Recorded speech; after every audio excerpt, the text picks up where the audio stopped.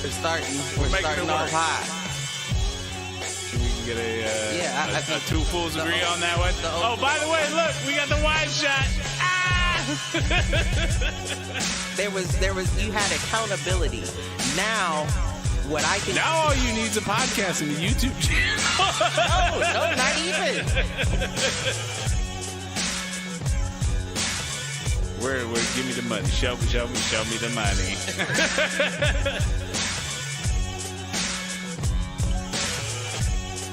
Apparently there's a fool page.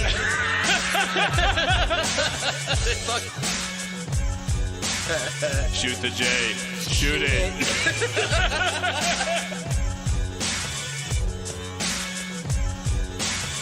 Live on Facebook.com/Foolproof Entertainment Network. I need you on Twitter. I need you to repost the Facebook pages. To raise a human before I would trust human to raise back wolves. Before I would trust a pack of humans to raise wolves. Right. I hear you.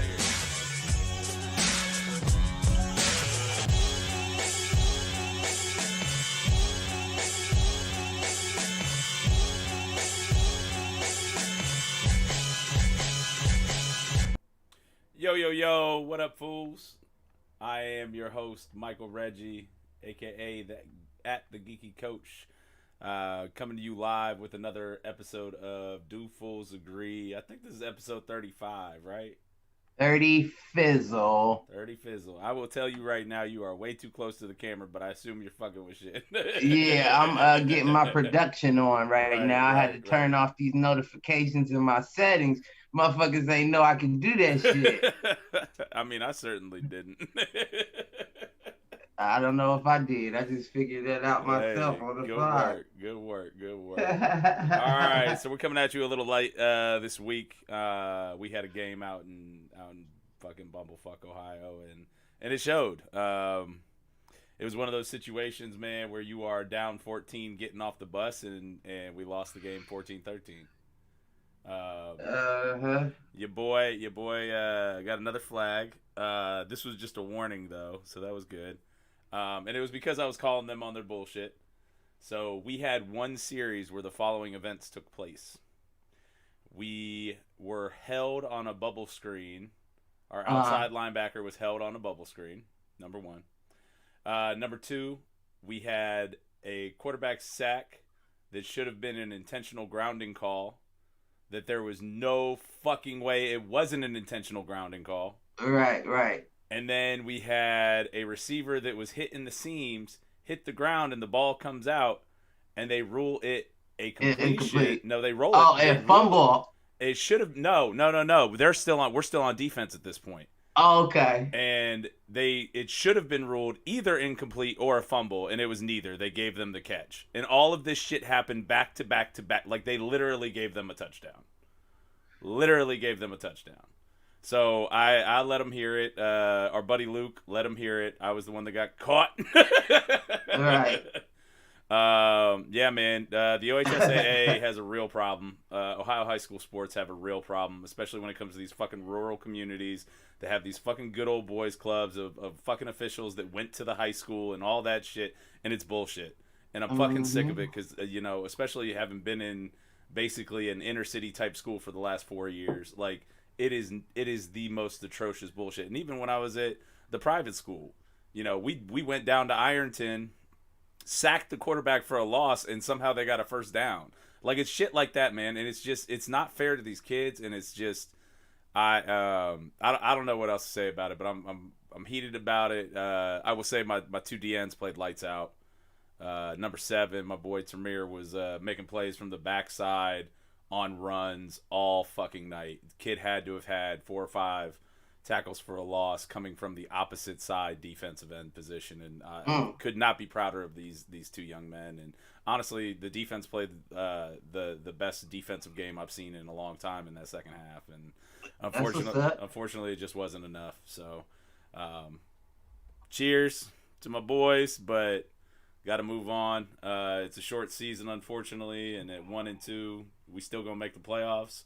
So let's see if we can get it together and get the offense rolling here in the next week or two, and see what we can do. Because I think we're a dangerous team coming up against another mid-range team if they're taking 24 to the playoffs that could knock somebody off. So right.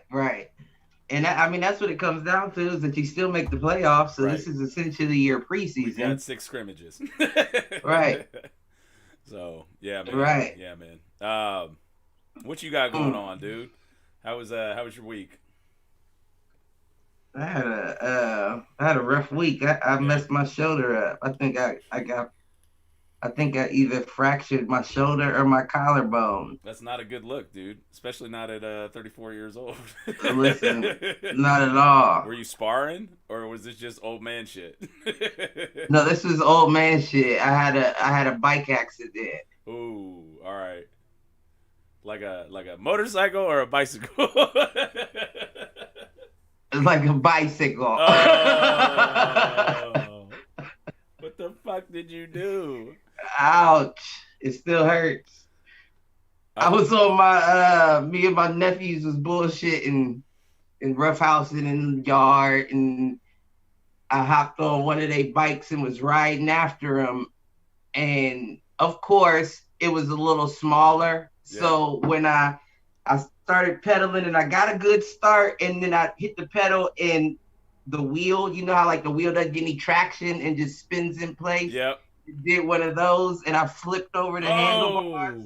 Oh. And landed right on my shoulder. That's not good. That's not good. We're too old for that shit, man. It's been bad. It's been bad. I'll tell you what, mine is I don't feel like mine is as foolish, but it's just well, maybe it is. I have the imprint of a helmet. I've got the bar. I've got 2 bars and then the crossbar. From demoing how to fucking wrong arm, because we got killed on the counter last week, counter tray, and showing the technique, man. And dude, I paid for it. You don't recover the same. No, my shoulders all bruised up and shit. I don't know, man. See, mine, I feel like it's more collarbone, like where my collarbone meets my shoulder. And of course, you stubborn, so you're not gonna go get it checked out. I mean, it's not like what they gonna do. Put it in a sling. That's the best they can do, is put it in a sling. They're just gonna take my money. You're right. I'm not about to let you just take my money. Right. You gotta earn that shit. Right. Now, if it falls off in a couple weeks, I might go. But good shoulder just be hanging on the ground like, see, I don't think anything's wrong. It'll be fine. Yeah. We still got some healing time. But other than that, it was a week. Yeah. No, I mean, I could not be more ecstatic that my child is going to go back to school at least 2 days a week next week. Shout out to all of the teachers out there. I know that y'all were asked to basically rewrite the education system. You know, your administration should have had this shit figured out over the summer, and they didn't. They dumped it on teachers like a week before school started. And, Amen. You know, it's teachers that are fucking making the difference here. It's not the Department of Education. It's not legislation. It's individual teachers who are making this shit happen. And we just want to give some praise to all the teachers out there, because I know we got a couple. Shouts to you, Sam Balam. Right? We got Sam. We got my wife. We got Tracy. Shouts to you, Charlene. We've got, it's they're doing a phenomenal job, and I tell you what, it's taxing on families. And Tracy too. Shouts to you. I don't know Tracy, but Caleb's wife. Oh, okay. Sam's well, sister. Shouts to you there, right. Trace.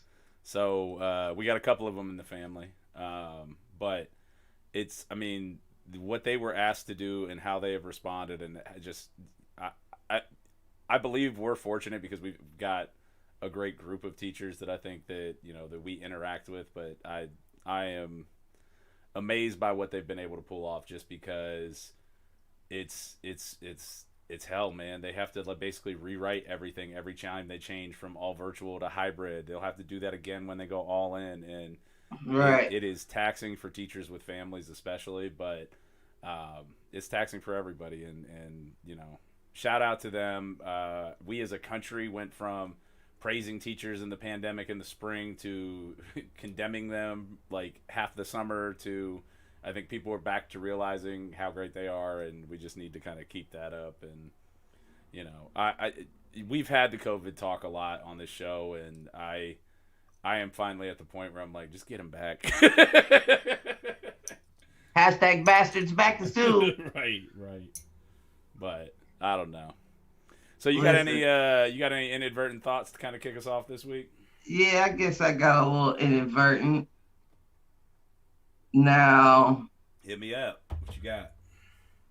I heard everybody, making a big deal over that. What is it? The social dilemma or whatever. Okay, yeah. Have you heard of that? I've heard of it. It's the new Netflix doc that's about like social media and how it's destroying our psyche, I assume. All kinds of shit. Did you watch it? I caught myself. I fell asleep to it. Okay. So I probably got, I don't know, probably a half an hour or so in before my eyes got heavy on me. Okay. I got the gist of it. And, it was basically explaining the shit that we all already knew. You know what I mean? But it kind of tripped me out, like to the point that I was thinking like, isn't it Mark Zuckerberg? Yeah, the Facebook guy? Yep. Like he's been spy porning us for a while now. Oh yeah. Like that wasn't a Korea thing. This is this fucking Kim Jong Zuckerberg over here has been spy porning the country for at least 15 years. Well, and we're talking about Korea. Right. And I think that it's social media and just internet in general. You are making a choice. You are making a choice to give up privacy for convenience. And is social media really worth that convenience? Because honestly, I don't think social media is a convenience anymore. It's a necessity for us doing shit like this and being able to promote our show, fine. But like when it comes to like maintaining relationships, do you really have relationships with the people that you're quote unquote friends with or on Facebook or follow on Twitter and Instagram? No. Yeah, most of them are people that I've already had, a pretty consistent relationship with outside of. Right. And then the rest is, I guess, just being nosy for real. No, it is. And I mean, it's a voyeuristic appeal, right? And the thing is what they're showing you, like porn, ain't real. Right. The personas that people put out online, and I'm guilty of it too, like all you see is the good. You never see the bad. So what it ends up doing to people that have, things like depression and things like that is it sends them down a spiral. Well, everyone else has it so good because they're looking at their social media, and it's not true. None of that shit's true. My favorite is the happy Facebook couple that does nothing but fucking fight when you're with them in person. But I mean, let's be honest though. I don't. Let's be honest. That's your fault though. You know what I mean? Yeah. Because one of the number one things is, and this is something that I try to reinforce into my daughter's mind all the time, is nothing is as it seems. Nothing and no one are as they seem. People will only give you a taste. They'll only let you have so much because if they give you all of it one time, it's going to put a bad taste in your mouth. Right. And that's in any situation. That's with good people. That's with bad people. That's with politics. That's with life in general. Nothing is as it seems. So don't look at it like that. You know what I mean? Like, no, you're right. And then another thing is, let's be 100. That's one of the 7 deadly sins is envy. You know what I mean? True. So if you're that envious of someone else's situation, then bitch, you deserve to be depressed. Right. You deserve to. Right. So me, I mean, I don't know. That's where I'm a little harder on shit like that. Because let's be honest, everybody talks about guns and shit like that, but it's a tool no different than social media. You know what I mean? It can be used to help, it can be used to hurt, and it can be used to kill. And I'm pretty sure if you stacked all of them up side by side, social media is catching up pretty quickly, right. as far as death toll and all kinds between of shit bullying, from the bullshit suicide, people ingest online. Yeah. So, I mean... Well, and even to our current political climate, most of those fringe conspiracy theory type groups and militia type groups, they utilize social media to the fullest. And I've preached on this in the past, and I think I've done it on this show, but the radicalization of young white men in this country is fucking real, and most of it happens online. Is where it starts. It's the same shit that ISIS does. It's the same thing Al Qaeda was doing 10, 15 years ago when social media first started. Like, it's all the same shit. And Right. now, it's how you end up with someone like Rittenhouse, or who's Dylan Roof or Root, whatever the fuck his name was. Like, But that's how that shit happens. when it comes down to it, though, I mean, I feel like, and I guess this could be considered harsh to say. I mean, but that's who you are, so let's hear it. But when it comes down to it, though, it's Darwinism. Yeah. You know what I mean? Because, and I don't mean that like the idiots are going to show themselves, is what I'm saying. The problem is that now the idiots can be connected. And right, that's the bigger issue, is that right. Before you had to like find your niche. Now with the internet you can find your niche anywhere. You're definitely correct on that. It's the devil's side of the long tail effect. But then once again you run into the issue of how much of it is as it seems. True. You know what I mean? Because there's a reason why you got to dig into the deep depths of the dark, the web to get to a lot of that shit, because a lot of these people want to remain in hiding. Right. You know what I mean? A lot of these people want to remain off radar. Yep. So if you're dealing with somebody that's already thinking like that doesn't want to show themselves or isn't as convicted to their, goal to show themselves, then chances are a lot of those people will be the same. You know what I mean? Right. Like a lot of those people won't show themselves even when it's a call to arms. True. Because that's not your nature to show yourself. It's easy to puff your chest behind a keyboard. Right. Now it'd be different if you were the guy in, like in all the videos. Right. Because then we know who you were. But you don't want us to know who you are because that you're hiding. Right. No, I mean, you're absolutely right. So I'm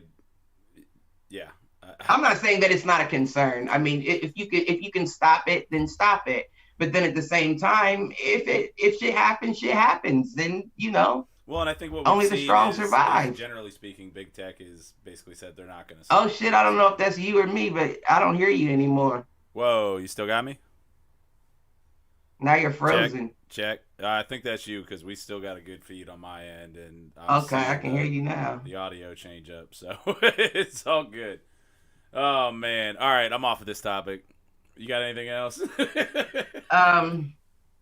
It's bad when I'm the one trying to cheer us up. That's usually your job. Listen, shit is what it is. Listen. In the words of late great Uncle Frankie, that's life. That's life. That's life. You know what I mean? You can't do nothing about it. That's the way it is. That's life. You feel what I'm saying? I hear you. What can you do? Malk is. What can we do, Uncle Frank? Malk's telling you to check your phone for something. Check my phone. He's just yelling Lakers, and then Uncle Dan chiming in, "Life's tough. Wear a helmet." Oh man, I don't know. Malcolm talking shit because we know it happened to his Eagles. Oh, there you go. Week 1. Speaking of week ones. C-Mac, where you at, dude? Yeah, we knew he wasn't gonna be in here. Although he did get the win last night. The Browns did get the win last night. He got a win against the high school team. Oh man. He barely got that at home. I don't see him getting another one in Cincinnati. No doubt. And I don't care if that's only a 2-hour drive. I don't know about that, sir. But listen. I mean, what are you gonna do? My Raiders. Your Raiders. Who do they got this week? The Saints. I mean, they barely knocked off the Panthers, so let's settle down a little. Let's settle down a little. The And only one of the three listen, teams that had a y'all, sound win was the Bills, and they let the listen, Jets back in y'all, late. and I don't know if it was as good as it should have been. Hey, but they got the win, and they got a sound win. Yes, they gave up a touchdown late. Fine. You're right, but Cam was 15 for 19 in that win. I don't know. Y'all may not be the best yet. I mean, I think they are, and honestly, we'll see this week because they got the Dolphins. So, just another league. The Bills have the Dolphins. Yeah, the Dolphins. Bills Okay. have the Dolphins this week. And I know you were talking shit on my boy Josh Allen, but then you were praising Cam for doing the exact same shit. I said it. I don't know. Cam has done it for longer, so he does it better. Josh Allen is playing like Tebow in Florida. You're not Tebow in Florida, guy. Like, right, you're in the NFL. It's only now. a matter of fucking time. And like I said, I don't know what week that is that we see y'all, but if he lasts there, Crosby's gonna be waiting. You could try. Crosby's gonna be. Oh, he's gonna get hit. But trust me. At least we started off 1-0 like we needed to. So both of us did. C-Max split, so he's at 1-1. It's gonna be. I don't know. So it's funny we're bringing this up because I was the former coaches thread with T and Jason was hysterical to watch last night. I was not watching the game. But seeing T go off about how much his Bengals defense sucked was pretty entertaining. What was he expecting? He's a coach. Right. You're a coach, sir. You should know better. This is why I'm gonna hold y'all to so much shit if y'all shit don't pan out. Y'all are coaches, sir. Look at that. Look at this shit. A wizard should know better. Listen. At some point, you gotta separate yourself as a fan and add to reality. Right. You know what I'm saying? Right. And let's be honest, there was C-Mac. I'm looking at you too. There were some of those picks that were outside of reality, sir. I thought the same with you on a couple of places, but I guess we'll see. The difference is I can clearly understand that you don't watch West football.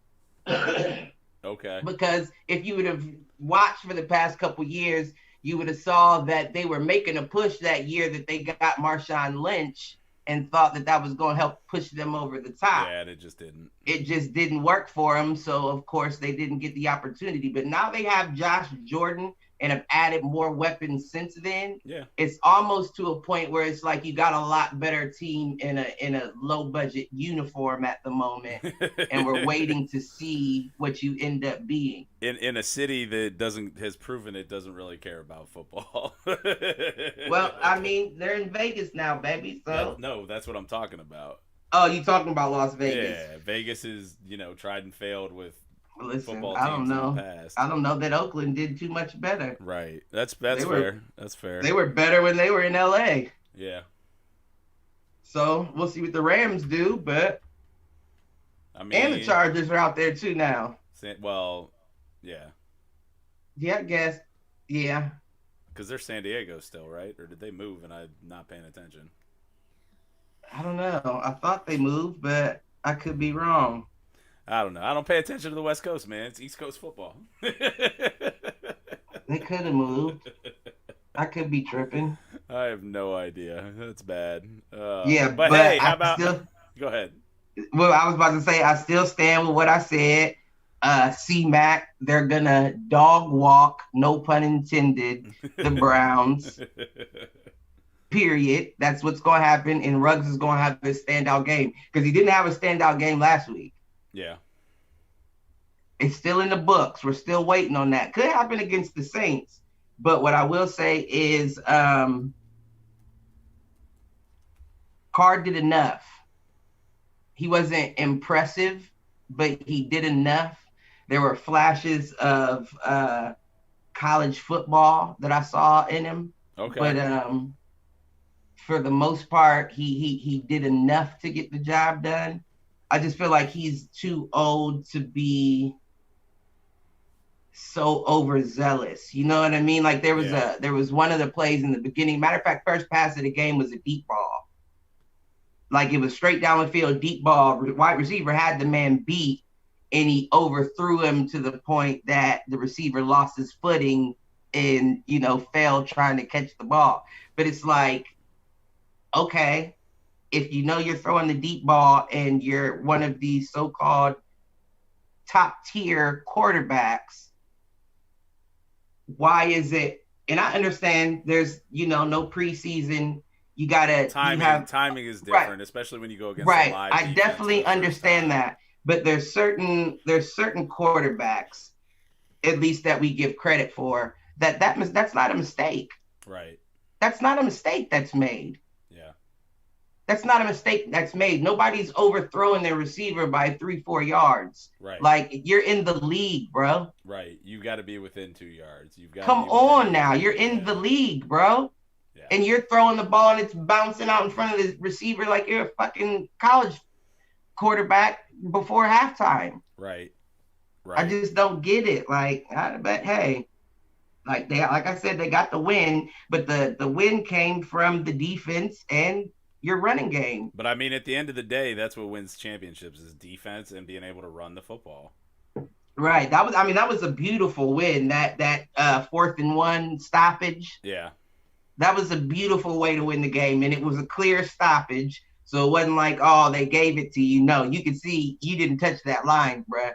Right. Well, so I was happy to see it, but it's funny you bring that up because we had that was a situation tonight where we tackle him in the backfield at the line at best, and they give him the fucking first down. And I had a feeling they was going to give him that, but then when looking at the replay, I was like, there is no fucking way. Right. There's no fucking way. If they give him that, then this stadium's going The fix is in. The fix is in. Light the motherfucker up.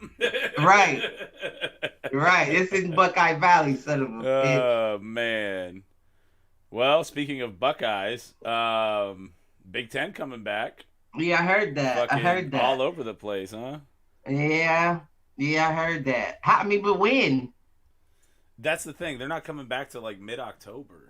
Oh, is that right? Yeah, so they're gonna play. I don't remember. I want to say it's a shortened season, but basically they're doing whatever the minimum is to be able to be in consideration for the playoffs. Okay. So I got an interesting Michigan question. That backed out, some other. I can't remember who all, but was it Michigan and Michigan State that backed out? Yeah. It might have been. I know Michigan did.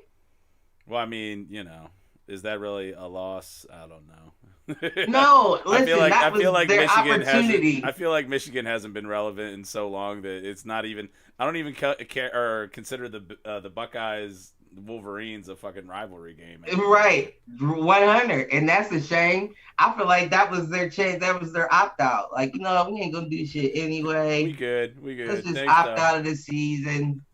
We'll play with the other. We'll play with Division I AA when they play in the spring. Right. Right. The fuck, you gonna see somebody in y'all's playoffs and be like, right? Y'all in this maize and blue. Oh, man. Is that maize and gold? I don't know what the fuck they wear. Maize and blue, I think is what they call it. Malk's saying Michigan's gonna play. Are they though? That. Are they though? Even if they opt in, are they though? Right.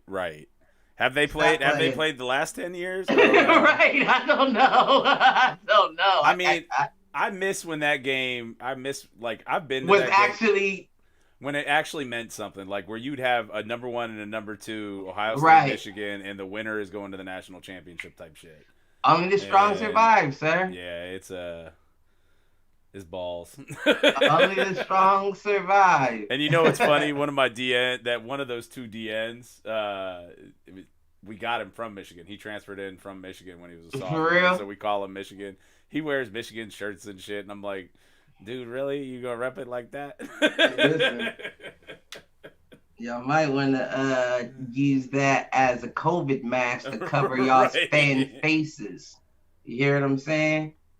Just got the M across their mouths. Listen. Or the wings. You think it's the wings? Preferably in stitches. Oh, man. I don't know. Oh, but I had a question. I got a pretty interesting question for you. So with all these COVID sports popping off, they have that what's the word I'm looking for? Basically what they're saying is whomever wins any of these championships, they feel like there's going to be an asterisk next to it because of this situation. And my question is, out of all of the sports that we've seen thus far, who do you feel like would basically be up to receive the most P's for winning the championship? So kind of like out of the major sports, who's right? Who do you think's group base would be like that was still a legitimate win? And I feel like, and this is just me. I mean, right now I think there's only one answer, but go for it. I think so too. What are you saying? It's the NFL because they're the closest to having a real season. I would have to say so myself. Yeah. And you already know I'm more of a guy that leans more towards the NBA, but their season was disrupted from jump, so like you had that break, like none of this shit matters. None of the stuff in the bubble is mattering.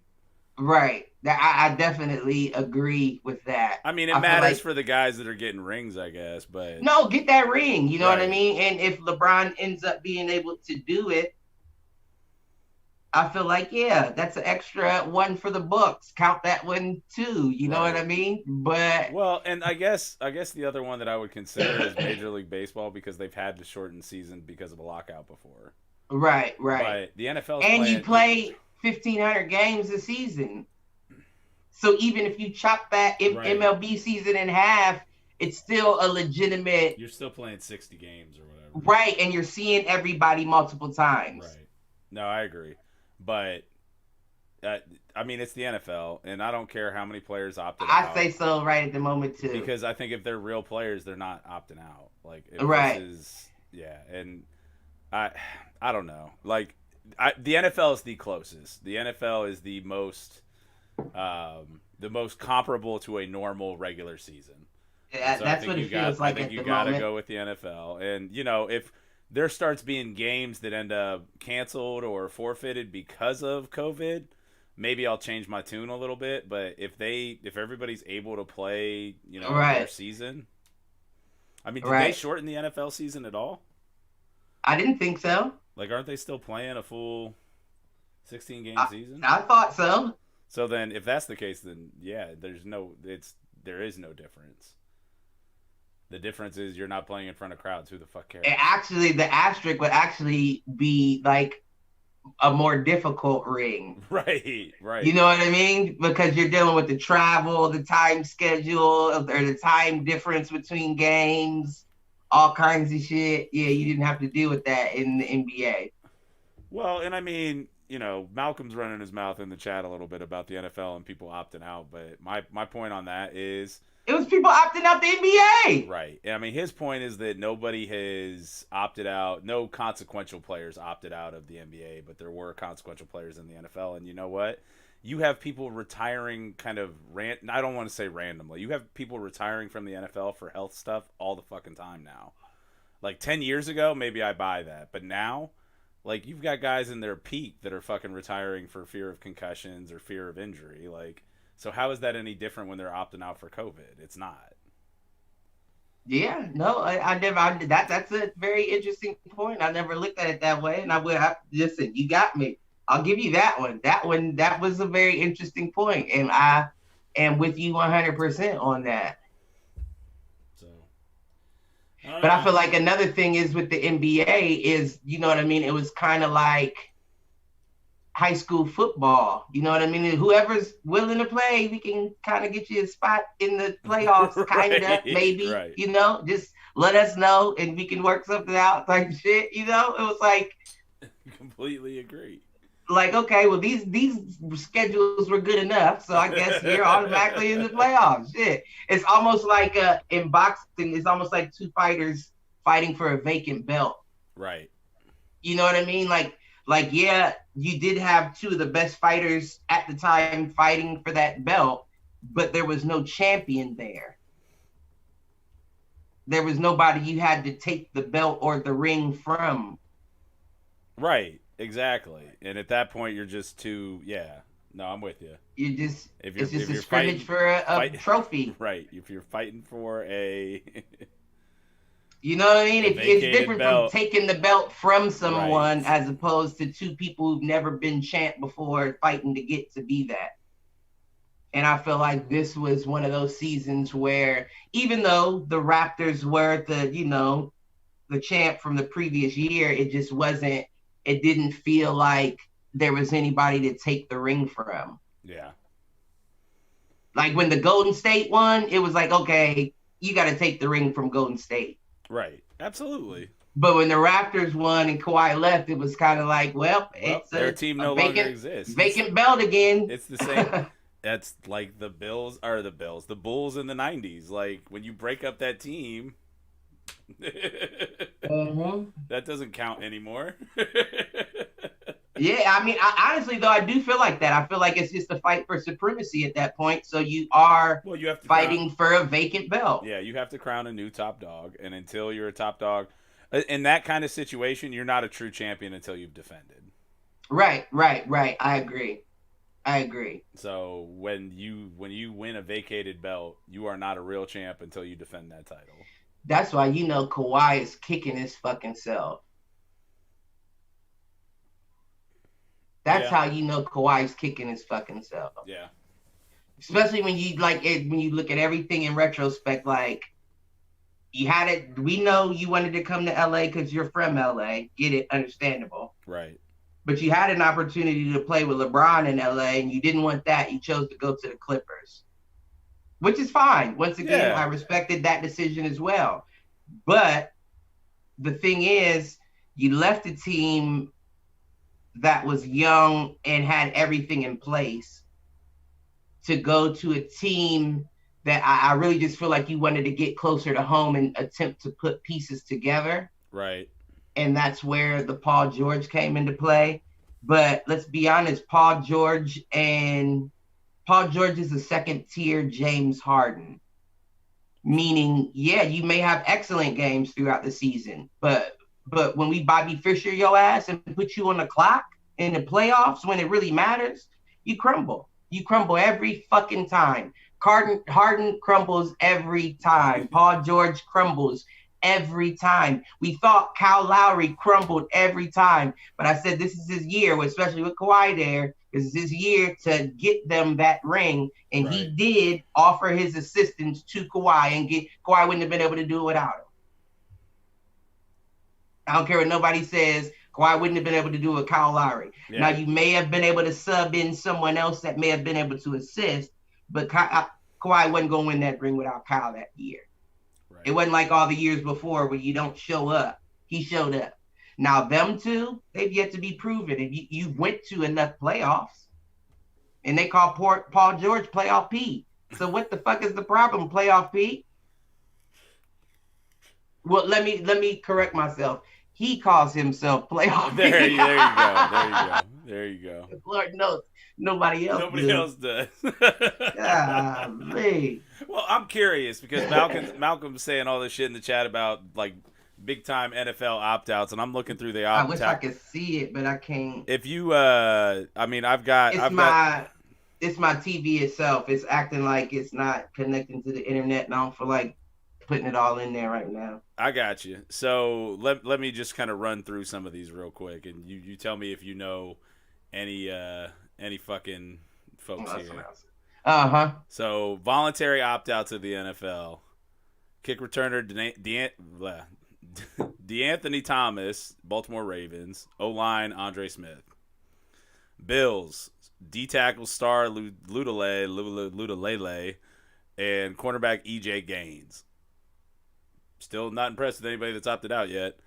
Maurice Kennedy from Dallas, corner. And Stephen Guidry, wide receiver. Let's see. Guidry. Funchess from Green Bay, fine. Mm-hmm.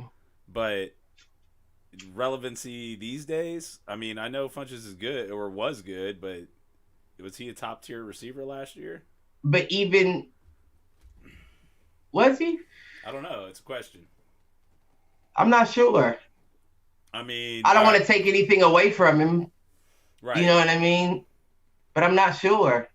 Yeah, but yeah. But what I was going to say to your point though is even beyond opting out due to injury, what about injury? Right, like just right. flat out injury. You lose your top one or two of your top players every season. No doubt. No doubt. It's a game of management. You manage your losses. That's right. So, and that's why you need a deep roster to begin with, because this is right. no different than losing one or two top guys to injury in preseason. Period.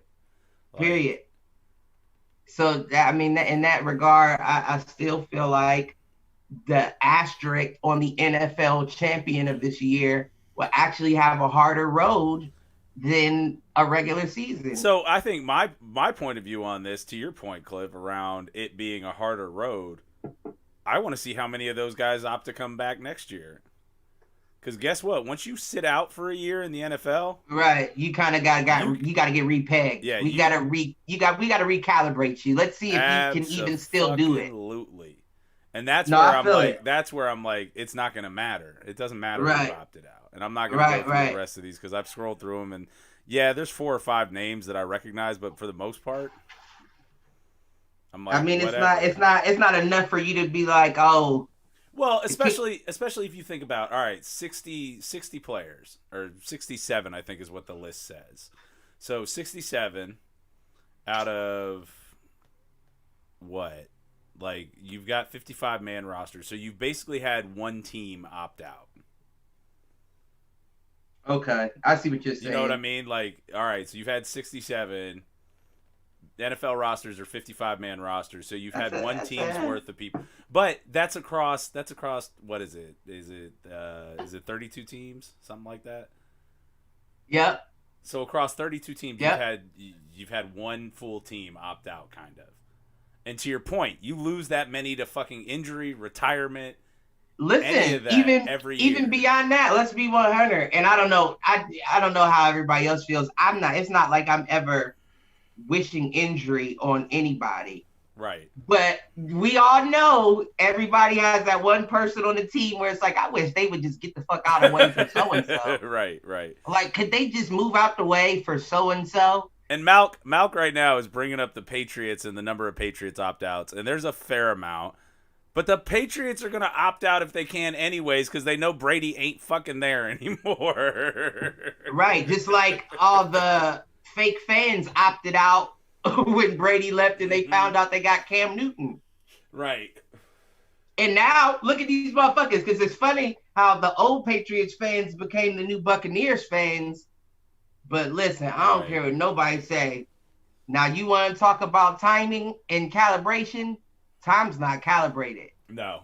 He's not. Like I've been saying to everybody. I said it on this podcast. The memes with him on the sideline saying he's a Karen now are fucking hysterical. I haven't seen any of those, but I bet they're hilarious. Oh, man. I bet they're hilarious. He's asking for the manager right now. My whole thing is, like I said before, I even said it on this podcast, Brady's not used to flyers. And it was very clear.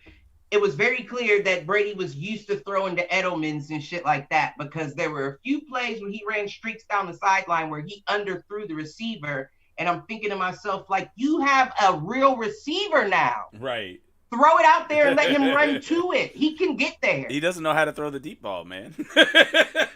and that's why I said, listen, it's only time you're going to tell how he fares in Tampa, because you got to think, when you got players that need to rev their engine to get up to that speed, you're not going to hit them in quick 20-in routes. Right.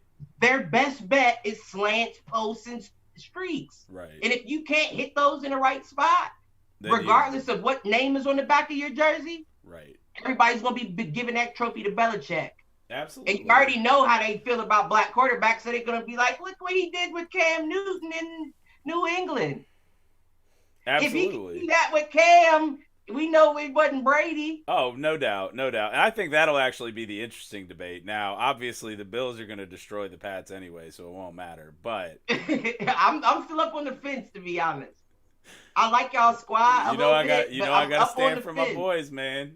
You have to. I understand it. Circle the wagons, baby. Circle the wagons. I am on the fence on that one.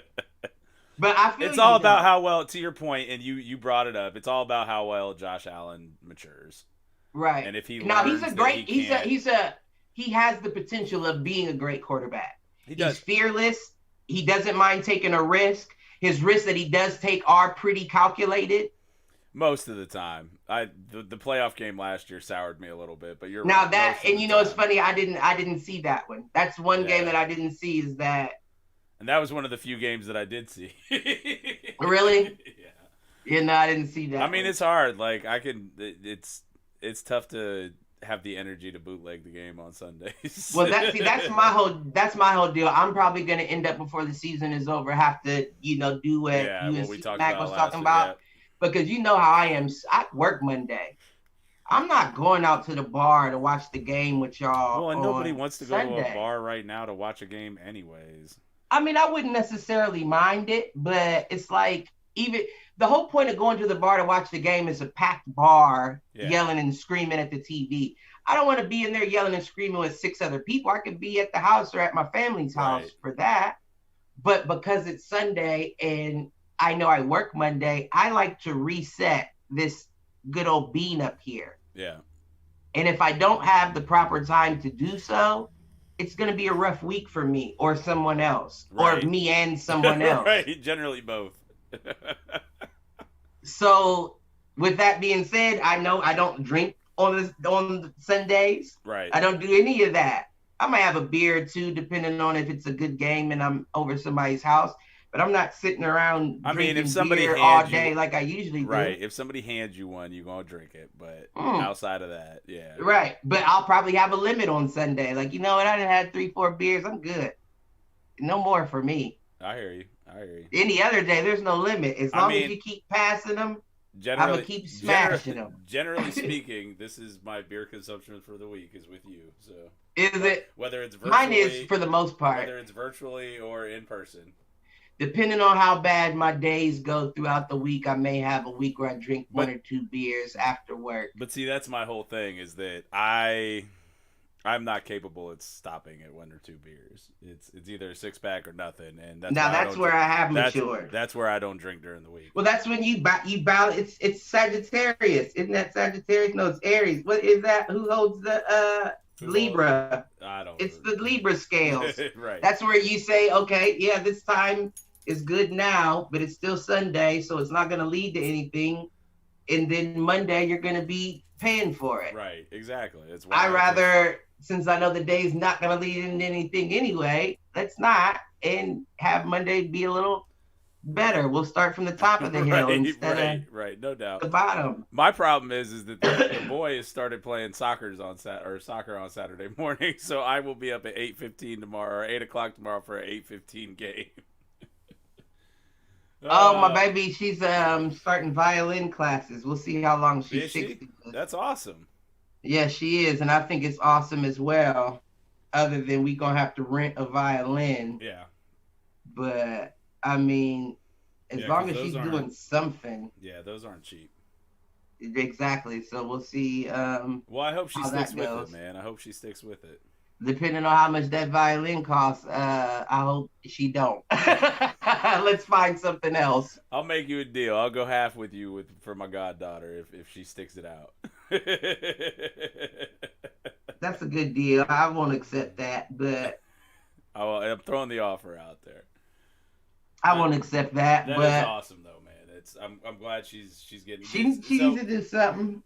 I was about to say, is she involved in like any kind of extracurricular, or is that going to be? Nah, I mean she does swim lessons and all that shit, but that's not any. I'm not coming to that. Yeah.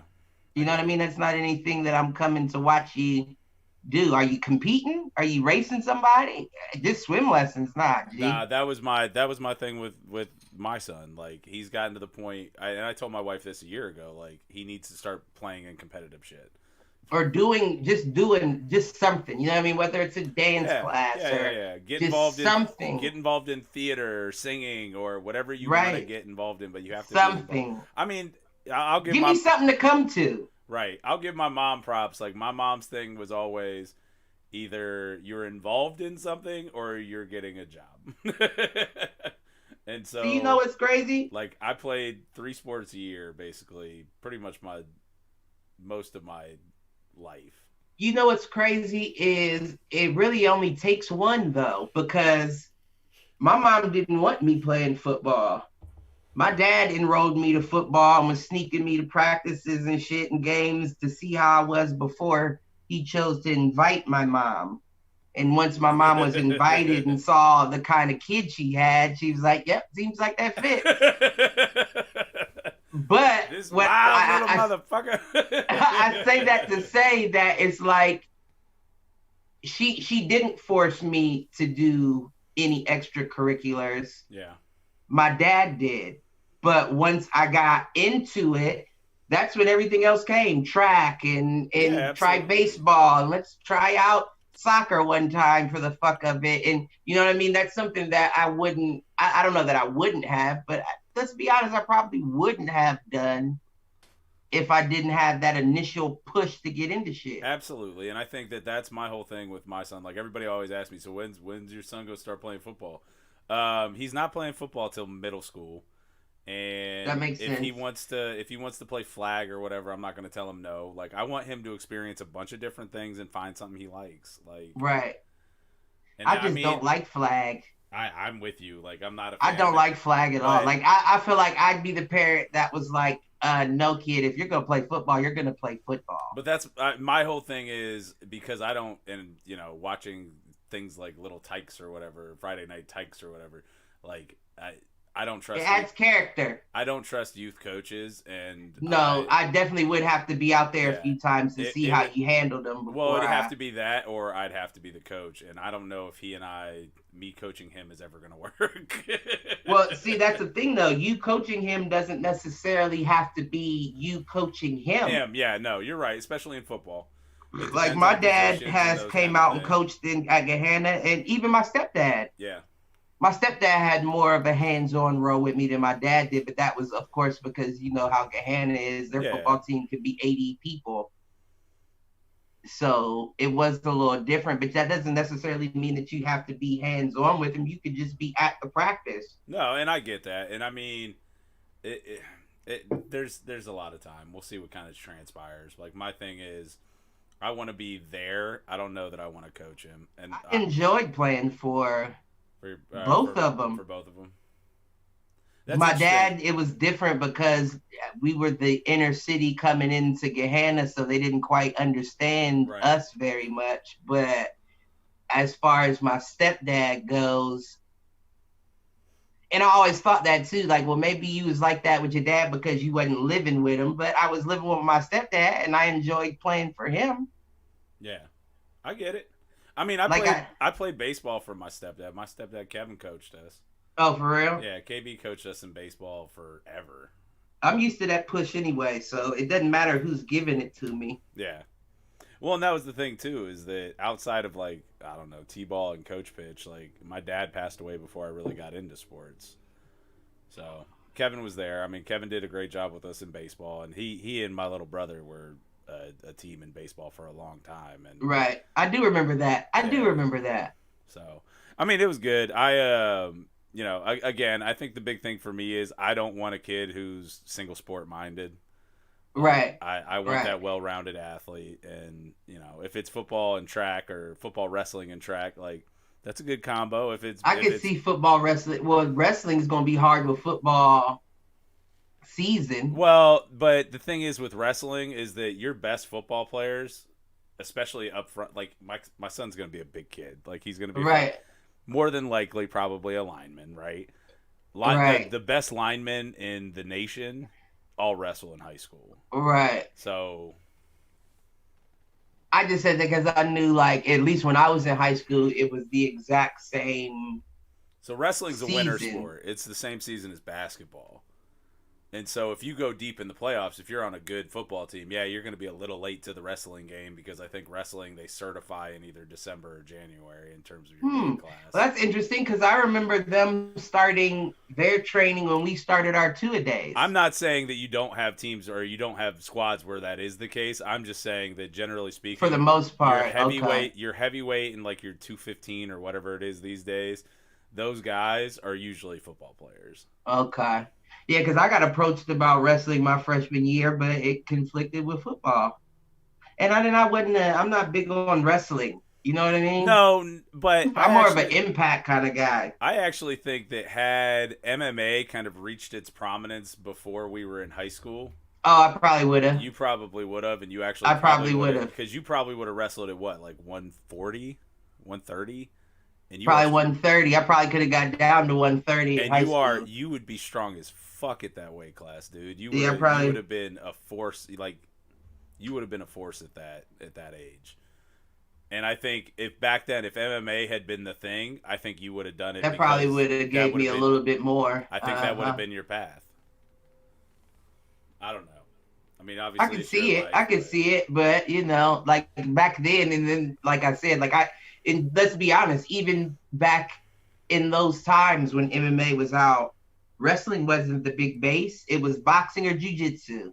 Right. Either you had a heavy boxer or somebody in jiu-jitsu, but you didn't have somebody that was just ground and pounded shit. Yeah. I mean, you had Dan Severn in the 90s in MMA, but that was about it. And I wrestled. Yeah.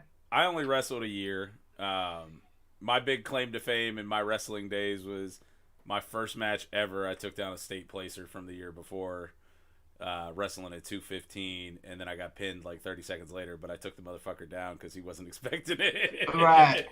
But Chris was a dog. Once we got on the ground, I was done. Like, he did some shit with my arms and like rotated me. I'm like, fuck. Listen, Chris was the wrestler. He was a dog till he broke his collarbone. And even when he broke his collarbone, I think he finished that match. Yeah. I don't think he won it, but I remember the first tournament I won. Because I got hurt midway through the season, and so I wasn't a state, like I wasn't going to the district meet or the state meet or any of that shit. But I won. I think it was. I'm not gonna say JV. I think it was more of like a B squad type meet, and all I remember is I went the distance for the first time that season and threw a power half to get the win in the second to last match of the fucking tournament. Or no, that was the final in the tournament. The match before, I literally power double leg somebody, picked him up, and rotated him like in the air and put him in a half and put him down. Those are the only that's the one tournament I actually remember. It was taking down the state placer. And then the tournament I won, like the match before the finals, I literally this kid was frumpy. Right. I shot a double. I picked him up. I turned him in my hands and just put him down on the mat. See, that's that Mike Tyson shit that I understand when he says his dick gets hard. When you're just looking across from somebody and you're I'm gonna fuck you are up. not ready for this thunderstorm that is about. And you do get excited. I can understand that. I actually looked at my coach before the match, and I'm like, can I try to just tech fall him, like go up by 15 points or whatever? Like, double leg him, let him go. Double leg him, let him go. Double leg him, let him go. Right. He's like, nah, just put this kid out of his misery. Man. Oh, man. I mean, because wrestling at 215, like I tried to get down to 189. I could not. I got down to like 192. Where were you walking around at that point? I mean, I had played football the year before at 210, 215. So I lost close to 25 pounds. My mom's never been shy about commenting on my weight. And even she said I was too skinny at 192. So I think I wrestled that. I went into football season. I think I remember that. Yeah, I went into football season my senior year at like 205, 210. Yeah, I think I remember that. When I had fucking come in as a freshman at 225. Right. I'm the only guy that shrunk during high school from a weight perspective. I was like the same weight all throughout high school. Like I was like 145 to 155 all throughout high school. Yeah. Like my freshman year, I was 145. I'll still listen. It's the shame to say that at 14 years old, that's the most weight you've ever put up in your life. Listen, I was putting up 205, 225, like it was just nothing. Yeah. And now it's like, no, don't even put 245s on the side of that. Especially with all these fucked up bones you got, you might not make it back up. Oh man. Hey, I got a quick question for you. I gotta take a piss. Do you want to run things for a minute and just talk, or you want me to throw us on a break reel for just a quick 5? That's interesting. You gotta say it now though, because I gotta piss. No, throw us on the break because I don't have my shit up to at least entertain in terms of the the shit chat talkers and in that the kind of stuff. chat. All right, so we'll be back in about 5, all right, or actually less than 5. We'll be right back. All right, I'll be here. All right.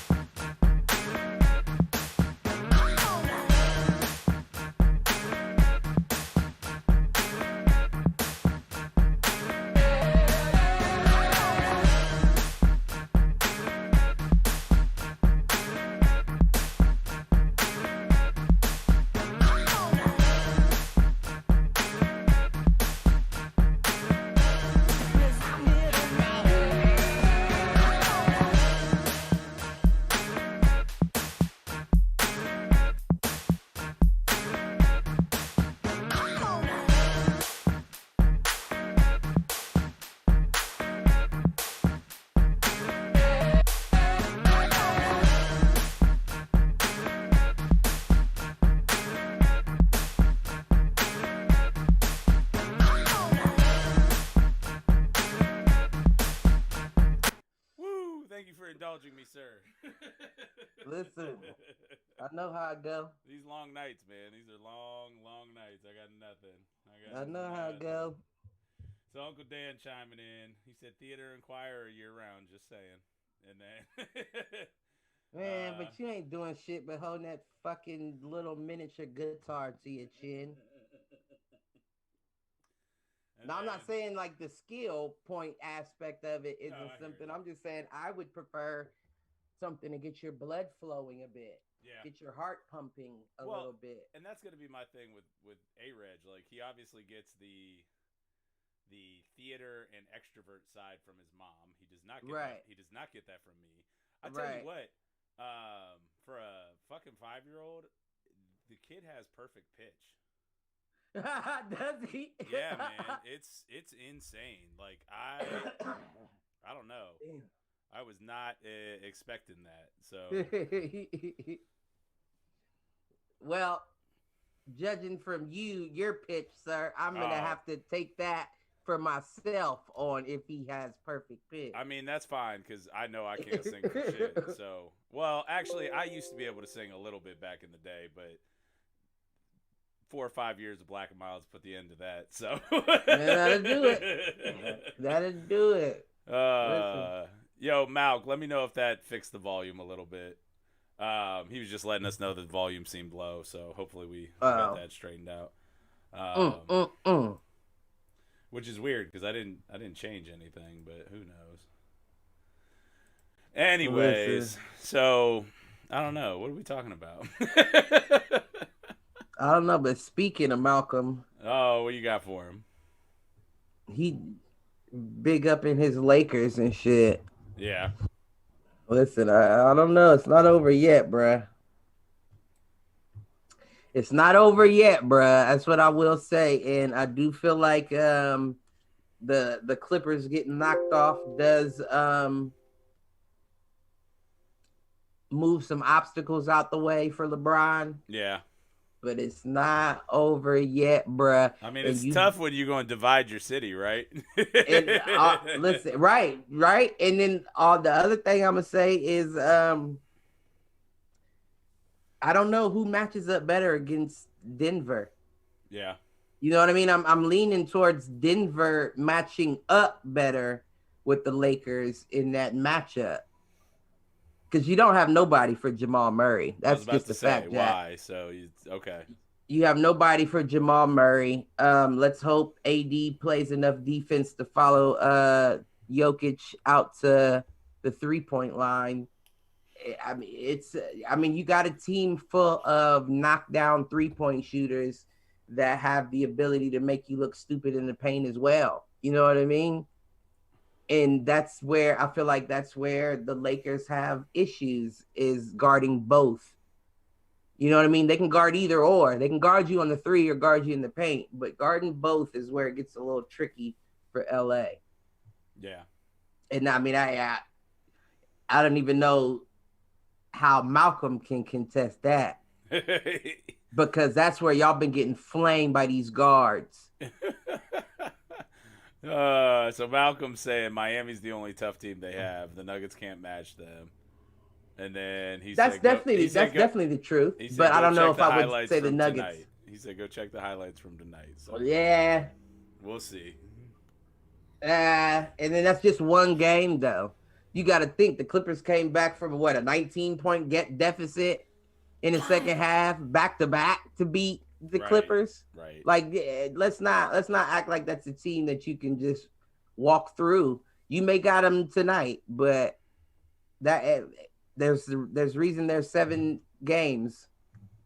True. You know what I mean? It's not a 1-game series. He said, "Go check the stats from tonight. Go look right now." Let me see. Oh man. Goodness gracious. It doesn't matter. I don't care if you beat him by 30. Uncle Dan also chiming in. I'm wondering if this is a theater reference with 8 shows a week, long run. 8 shows a week, long run. Yeah, I wonder if that was a theater comment.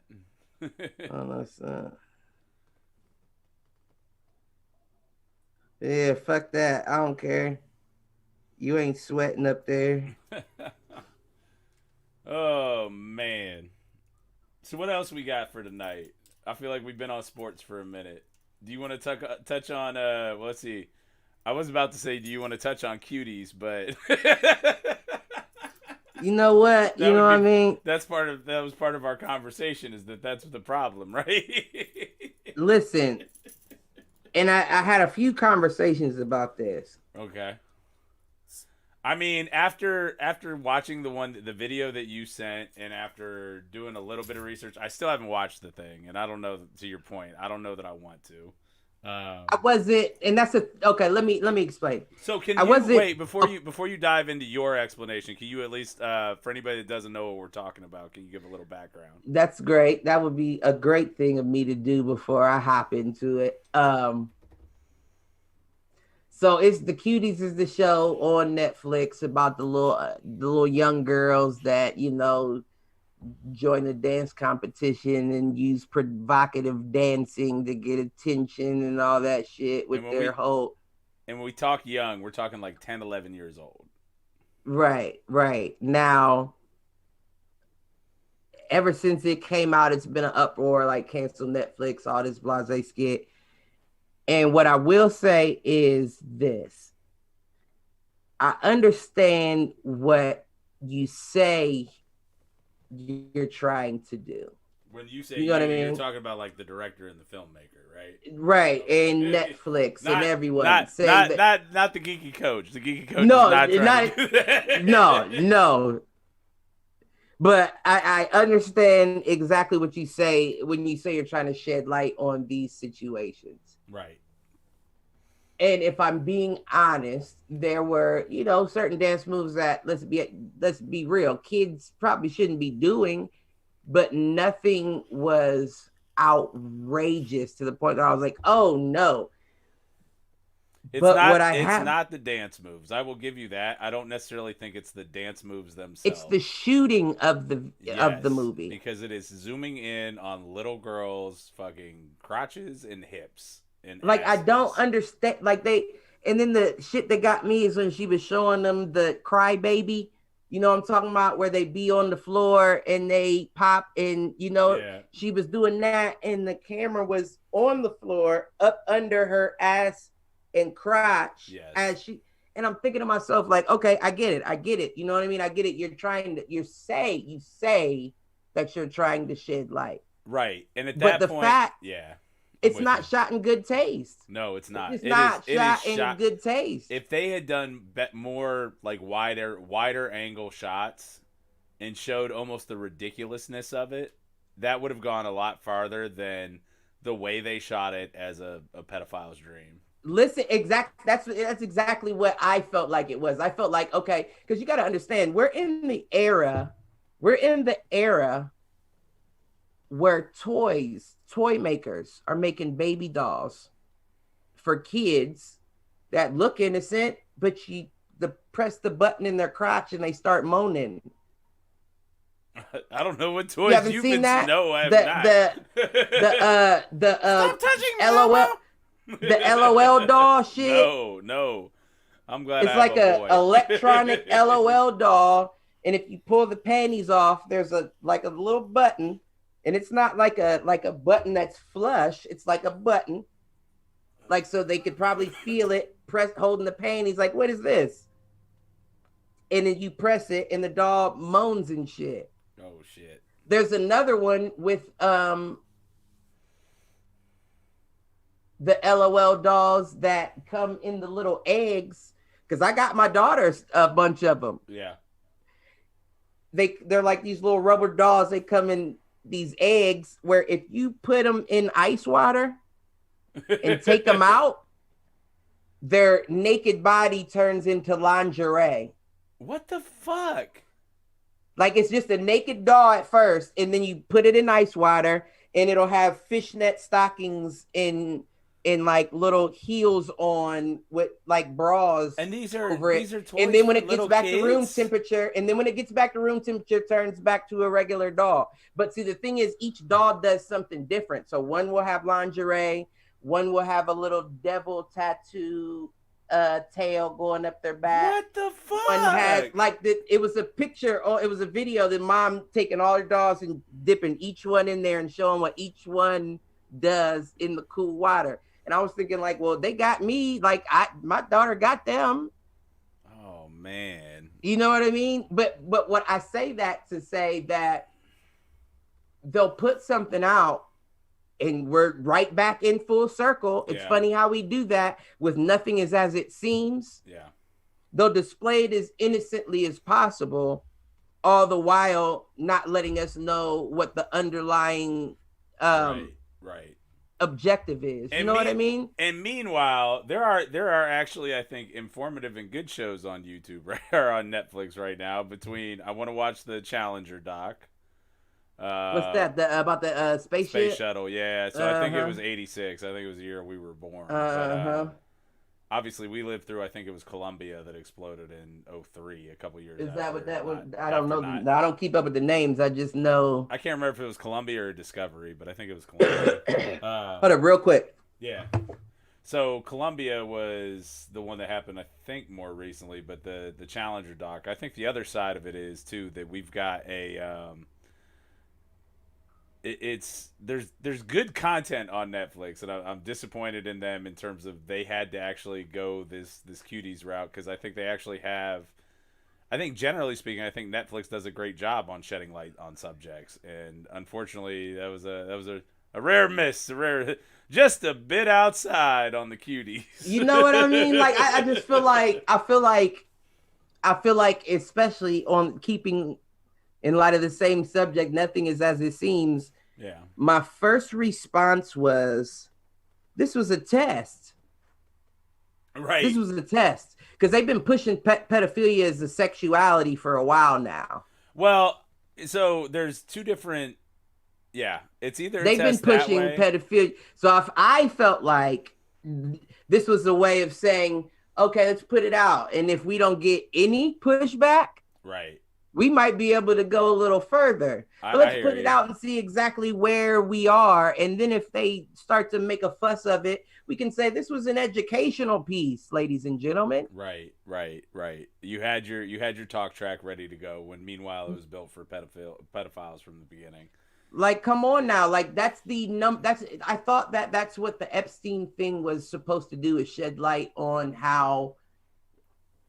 Well, what's interesting right now too is that there have actually been a huge, almost a record number of child trafficking busts over the last 6 months, over the last 2 months, really. But let's be But 100. no, it's always been a problem, and it will continue to be a problem. But I think that to your point, shedding the light on it is what needs to happen. I think where I have issues with it is when it gets co-opted as a, oh, it's high level, high powered Democrats in Hollywood that's doing all this shit. Like, don't get me wrong, I think there are a lot of trash people in every circle. And do I think, there's a percentage of them that are pedophiles? Probably, but I think that's all across the board. And See, my right. whole thing is if you think Trump is the one that's gonna stop that, and this is a dude that's bragged about going into dressing rooms of underage girls at fucking whatever Miss Teen USA pageants, like, get the fuck out of here, man. Listen, I don't know about your relationship with your daughter. Right. You know what I mean? I don't know about your relationship with your daughter. Like, come on now. You know what I mean? But see, this is the kind of shit that they put out. This, I just feel like they missed the mark. I feel like they shot it over the backboard with this one. I hear you. What I feel like is they do a lot of this. Well, I do think they always push the envelope. It's just not enough for us to notice, whether it be kid shows on Disney or what. They push the envelope always, and they go a little further right when we turn our heads all the time. But this one, this is like red light, green light. They shot their shot. I caught you taking an extra step, motherfucker. Right. And the fact that it's still out there, I think, is the bigger problem, right? Like, you had the uproar and it's still out there. So, I mean, you got people defending it, and I understand what you're trying to defend. But who produced the film? You can argue about intent, but if your intended outcome based on your intent isn't there, then admit defeat and say, who produced the film? All I'm saying is if I'm Spike Lee, some French filmmaker is what. If I'm Spike Lee and that bitch, I'm walking on set like, why the fuck do you have the camera down there? Get the fuck out from between her legs. What the hell are we doing here? Right. Well, that goes back to my comment earlier. Like, if it was truly about that, you would have shot it from a wide angle and shown like how fucked up it was instead of playing into it. Nah, he was one of them French motherfuckers with a beret and one of them little very skinny bow ties that they don't tie all the way that hang down, saying, no, lower the camera. Right. Rotate 180 degrees. Right. You know what? Like, come on. Like, that's where I was just like, this is too much for me. And I don't know, maybe if it hits a chord with me because I have a daughter. Well, and I think that's a fair comment, but I don't think you're wrong in this instance. Listen. I don't know. I get it though. Kids will be kids. You feel what I'm saying? And that the fact of the matter, what they were trying to portray is correct. Is a lot of times you won't find out that your child's doing that from a dance competition. Yeah. You know what I mean? And a lot of parents don't check or monitor their children's devices. Absolutely. And if you have a child like that, you know what I mean? That just does shit like that without knowing the consequences, that may be because you over sheltered your child. Right.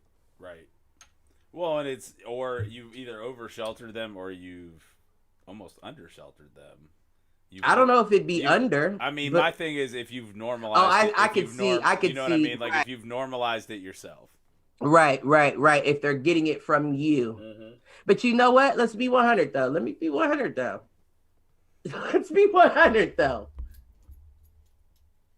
most of the time, and I'm not saying that this is the truth. I'm not saying that this is the truth. But most of the time, if they're getting it from their parents, yeah, they have a better understanding of what it is they're doing in the first place. I think that's fair. You know what I mean? I'm not saying it's right for them to get from their parents, but if they see their parents doing that, it's not like their parents are hiding it. So they're getting a full understanding of what's going on here. Whereas a lot of these girls are seeing it on TV. You know what I mean? They're not seeing what happens after the sexy dance. Right. But the little girl over on 18th sees her mom go into the room with that stranger that just came into the door. So they understand, oh, is that what that leads to? You know what I mean? Yeah. No, I think when you have an overly sheltered person, they assume what's happening behind closed doors and think it's well, this is okay because I was doing it no, you were doing it the same way they were doing it. You just didn't know that that's what comes next. Right. And especially if you're entertaining a grown man like that, like, come on. Yeah. Like, you got to talk to your kids. Nope. You got to talk. That's what it comes down to. Well, and Uncle Dan's chiming into the chat with personal responsibility, not censorship, please. Right. No, I agree 100%, Uncle Dan. I agree 100%. That's what it comes down to.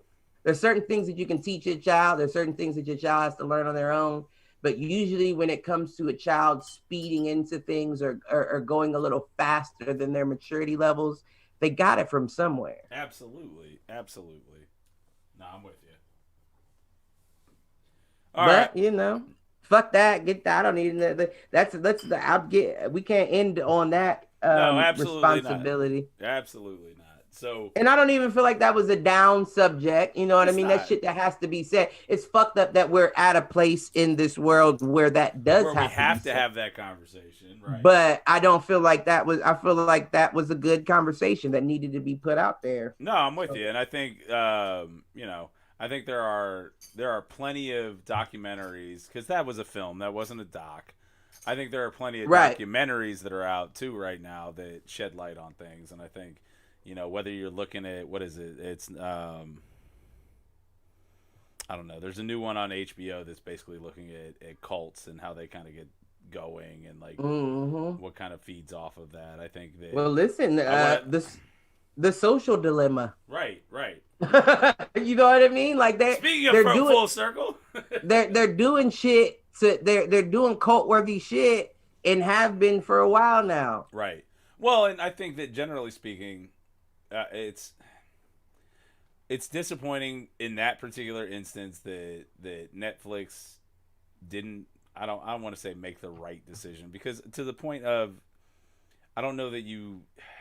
It's the whole censorship again, right? Like, do I think Cuties delivers on what it intended to deliver on? No. In fact, it's what Chappelle say about when he left. He was like. Instead of sending up racism, we were contributing to it. That's what I feel about Cuties. Right. That was a perfect analogy. I try every once in a while. That was a perfect analogy. So I think there's that, but I don't know. Yeah. But you know what's fucked up? And this is the last thing I'm gonna say is the difference between them and Dave Chappelle.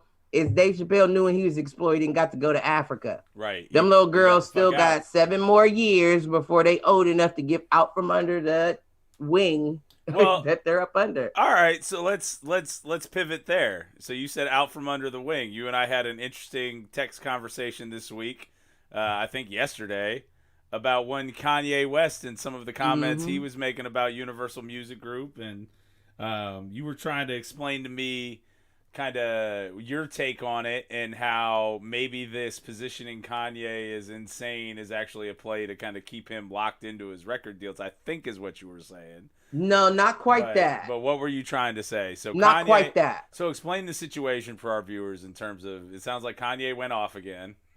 Right. So, and you know what? And this is the whole reason why I sent it to you. Yeah. It's because I know we've had conversations in the past about, how crazy he is. And ironically, this was the one time that he made sense to me. Okay. You know what I mean? Like it almost made me feel like it almost feels like a job. I mean, let's be honest, it doesn't feel like a job. It is a job. Yeah. It's just a better job, but it's a It's a better job. You job know what than I what we mean? have, yes. But it felt like a situation where I'm working for just my regular job, my regular, corporate job or wherever you Yep. work. And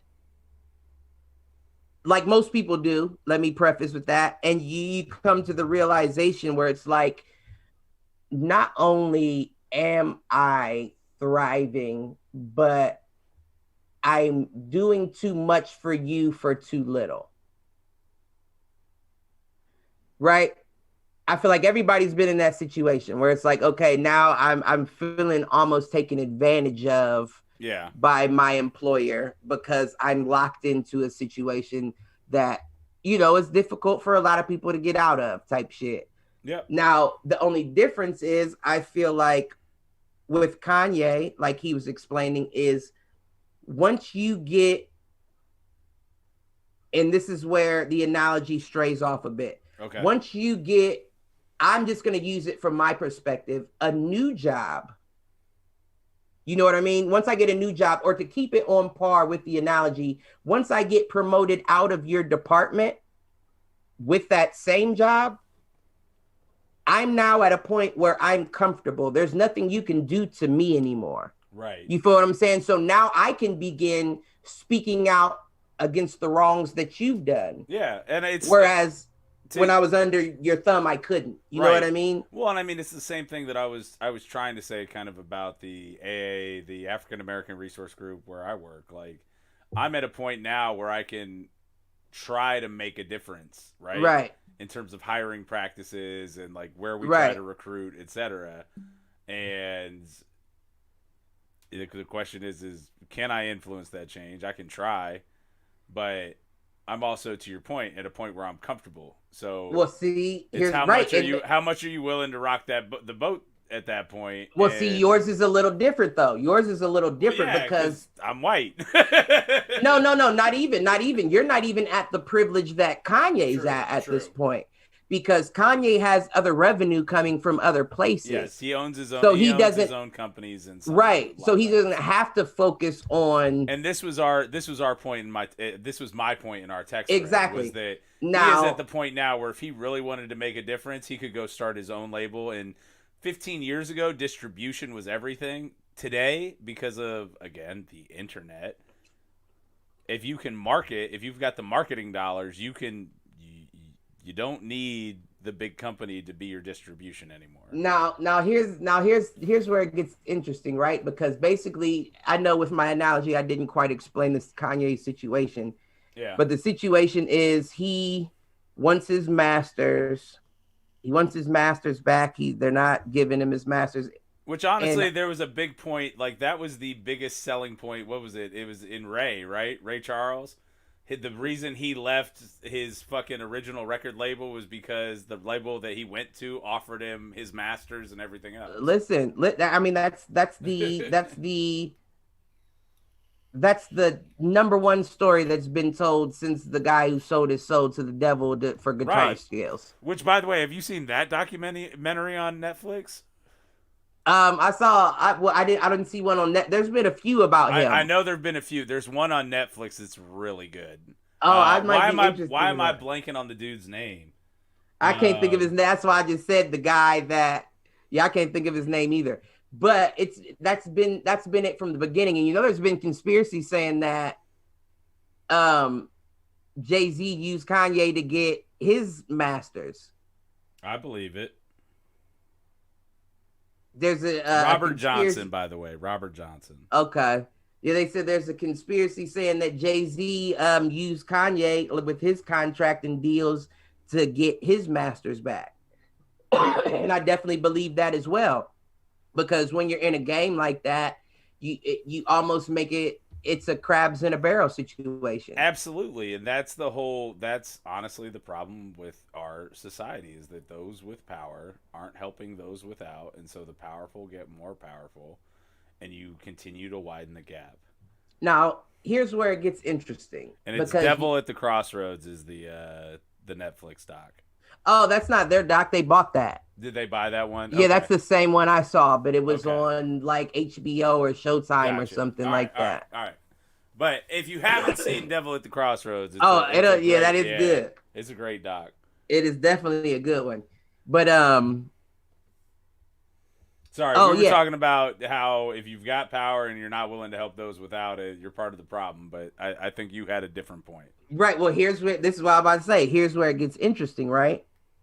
Because you made the same point that Charlemagne the God made on his podcast today. Well, I guess it was released yesterday, but and he said, well, you got the money, right? You got the money, so you know what I mean, you can make your own label and do that. Right. But see, here's the thing though. But that still doesn't get him back his masters. I get that. That doesn't get him back his masters, and that doesn't change the system for anyone else. You know what I mean? And then if you set up your own label where you're willing to do that for artists, and you can take every artist, but see, that's the thing though. Do you want to front every artist? True, that's true too. So then here's where it gets even more tricky. Because at that point, how do you make money? Right. Then here's where it gets even more tricky, because it's like, well, you could be giving them the deals you wish you had, but then at the same time, nobody else will be. Right. And you know what I mean? Point, can you win at that point? Can you make the money that, yeah. Right. And even if nobody else will be, and I don't mind about winning, what if this relationship doesn't work and they end up going somewhere else? Right. And then I over sheltered them at that point? And then you own or you don't own their masters, and you're not making any money on that deal anymore. And they went somewhere else, and then they get abused by that person. Right. And it's like, I treated you fairly and gave you everything for you to learn nothing. Right. You feel what I'm saying? Like, I'm the kind of guy that even if I could build my own label, which Kanye has, he has good music. Okay. I don't know what that entails. I don't know, if there's any strings attached with that. Yeah, it's probably a subsidiary. I mean, the same thing. And it's funny because when you brought up this instance, I went and I kind of researched. I'm like, okay, so what was the deal with Rockefeller Records, right? Because that was Jay-Z's thing. Well, it was a subsidiary of Def Jam, which is a subsidiary of Universal Music Group. Right. So you're middleman in for two people. Right. You feel what I'm saying? The person at the top is like, I want my money. And then the person under him is telling the person above you, I need my money. And then the person above you is saying, look, you going to have to come up with this money. Yeah, right. You feel what I'm saying? Like, that's where we're at. So I while I understand people that say, why don't you just do it yourself? That doesn't bring down the castle. It doesn't crumble the way the program is set up. And if I'm the only one operating outside of that. So while we're sitting here, my thought went to, okay, so Dre has Aftermath. Aftermath is also, guess what? A subsidiary of Universal Music. That's the real fucking problem here, is that it is a media conglomerate fucking shit show. And Universal is that I don't know this for a fact, but is Universal Music Group owned by Universal, like NBC Universal? Like, there are only four media companies in the world. There's Comcast that owns I think they're the ones that own NBC these days. You've got fucking AT&T, which owns Warner Brothers and Warner Music Group and all of that shit. And then you've got Disney that owns everything else because they bought Fox and they bought all of that shit. Like, there are only four media conglomerates. I don't know if Viacom might be a separate. Well, listen, there's only like beyond four that, fucking things that control all of the media that the world consumes. Beyond that, do you think that any of the now those four may be competing, but do you think they're going to allow anybody else to step into there?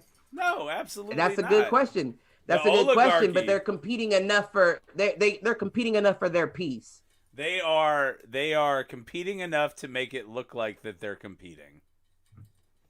Right. When really Essentially. it's the same 6 people that control all of it. And I agree, and I'm sure they play golf with each other. Mm-hmm. But what it comes down to is nobody's getting in on that if they don't want them in on that. True. And let's be real, what it just how you looked up everything and it's all subsidiaries, that goes back to black head coaches. No, you can be the assistant coach. Right. Yeah, you could be a subsidiary of this, but you can't run this. Right. That's why do you think that we're just getting all these? Well, I don't know, because listen, we all know from the social experiment that might be why white folks feel the way they feel, because they don't get the same posts we get. True. Because I'm just now getting first president or first NASA engineer, first black president of the defense system, first black. So how are all these first blacks in 2020, but we don't have a problem? Right. Oh, that might be because you don't get these posts. You don't see the same thing I see to see that these are the first blacks. First black man to shit on a white toilet. Listen, you stupid. You stupid. I always got to bring it back to Chappelle, man. Yeah, I was about to say, man. Dave. you gotta slip a Chappelle in there. Yeah, absolutely. It's been a while. It's been a minute. I haven't dropped Chappelle in probably a month. Other than when we talked about him. I'm proud of you. But what was I even saying? What were we talking about? I know what we were talking about, but I don't even know what I was saying. I mean, you were talking about how we have a problem in 2020 when we're still having the first black person to do right. X. So maybe if we got all this anonymous shit, maybe hack the social media networks. Maybe send these white folks the same post you send us about the first all this, and they'll say, "Oh well, shit, I didn't know that was the first police chief." That's the whole. The first police chief, bitch. If we're just now getting to the first black police chief in 2020, and we don't see that as a problem, yeah. First police chief, but that's not even $100,000 a year job. What the fuck are you talking about? First black police chief. I mean, all right, pause. Wasn't Columbus's police chief black before the most recent one? I don't know, but I'm saying regardless. But I understand your point, but it's funny you bring that up because here is completely different. I don't know where this was the first black police chief, but if you got a state that hasn't had a black police chief, I feel like revoke your statehood. Right. You're not Well, we could get into and we're not going to today, but we could get into should you have police that make a difference anyways, but whatever. I mean, listen, I'm still waiting for a difference in my neighborhood. Uncle Dan chiming in, Viacom, CBS, etc. just remerged, so they were forced to break up and they just got back together. So so we're back to basically 4 players. You've got Disney who owns ABC. You've got Viacom who owns CBS. You've got NBC NBC Universal that owns NBC, and then you've got AT&T that owns Warner Brothers, and then actually, sorry, Comcast owns NBC Universal, and then AT&T owns Warner Brothers. Right. So. Yeah, man, it's nuts out there. Uncle Frank, that's life. That's life. That's life. Listen, I'm just saying. Whew. What can you say? What can you do? All you can do is just nut the fuck up. Nut up. True. Because talking doesn't get you nothing. Apparently. So, nut up. You feel what I'm saying? And that's up for interpretation. Whatever you feel that is, do that. I mean, we could say vagina up. They're pretty tough. You said vagina up? Yep. You're right. You know what? They can take a pounding and they can let it all out. So listen. Vagina up. The fuck?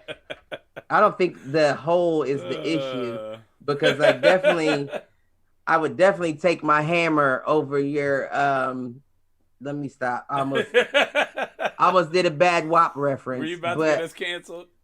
I was about to give a bad WAP reference. You talking about WAP? I've heard nothing but about America's penis in terms of Chris Evans. Oh yeah, I heard about that. I heard about that. Oh man, that's Man, America's dick. sometimes you gotta flash a cock. Sometimes you gotta know who the captain. Let them know who the captain is. Oh man. You know what I mean? If I had enough money that, listen, there'd be a lot of cock shots. If I had enough money, I didn't give a fuck. Man, listen, it'd be leaked and it wouldn't even be me that leaked. It'd probably just be regular Facebook posts. Like, here he's at it again. Oh man. I will take this opportunity to plug. I think I'm gonna do a weekly show on my own, probably just a 15-minute. Ooh, okay. I think I'm gonna do One Fool's Opinion on The Mandalorian. I was been waiting on. I would tuned into the first One Fool's Opinion. Yeah, and then I just got I got to make time for it. I got to set a day and a time when I'm going to do it. And what helps is you can drop a 15 half an hour. You're right. And what I think I'm going to do is, because Mandalorian I think is going to drop Fridays, at least that's what it did the first season. I think I'm just going to take 15 minutes on Saturdays, either before or after D&D, and just drop a quick 15. And that way, if any of my D&D crew, looking at you, Uncle Dan, listen, you, Caleb, if you want to come through, we could do something right after. And eventually, once football season's done, if you game, I think I'd like to get our Tuesday night D&D game going, separate campaign, get something moving, but we'll see. Yeah, I just can't keep up on the weekdays. I get it. So we'll have to see what we can do. But I would want to do something with Mandalorian, just because it's something where I can geek out for a minute, and if I can have either do it by myself for basically a 15-20 minute show, or have somebody on and make it a half hour, like, I'd like to do it. And they look like they're gonna do some stuff this season, so I'm excited. Like, okay, Sasha Banks from the WWE is gonna be on it. Oh really? Is this like a? It's a Disney Plus show. It's a Star Wars Disney Plus show. I know that, but it's like, is it like human beings, or is it like an animation? No, it's live action. The Mandalorian is played by Pedro Pascal, who was the Viper in HBO's Game of Thrones. But it's basically it's basically about like basically about like the he got killed by the mountain. Yep. So that's my guy.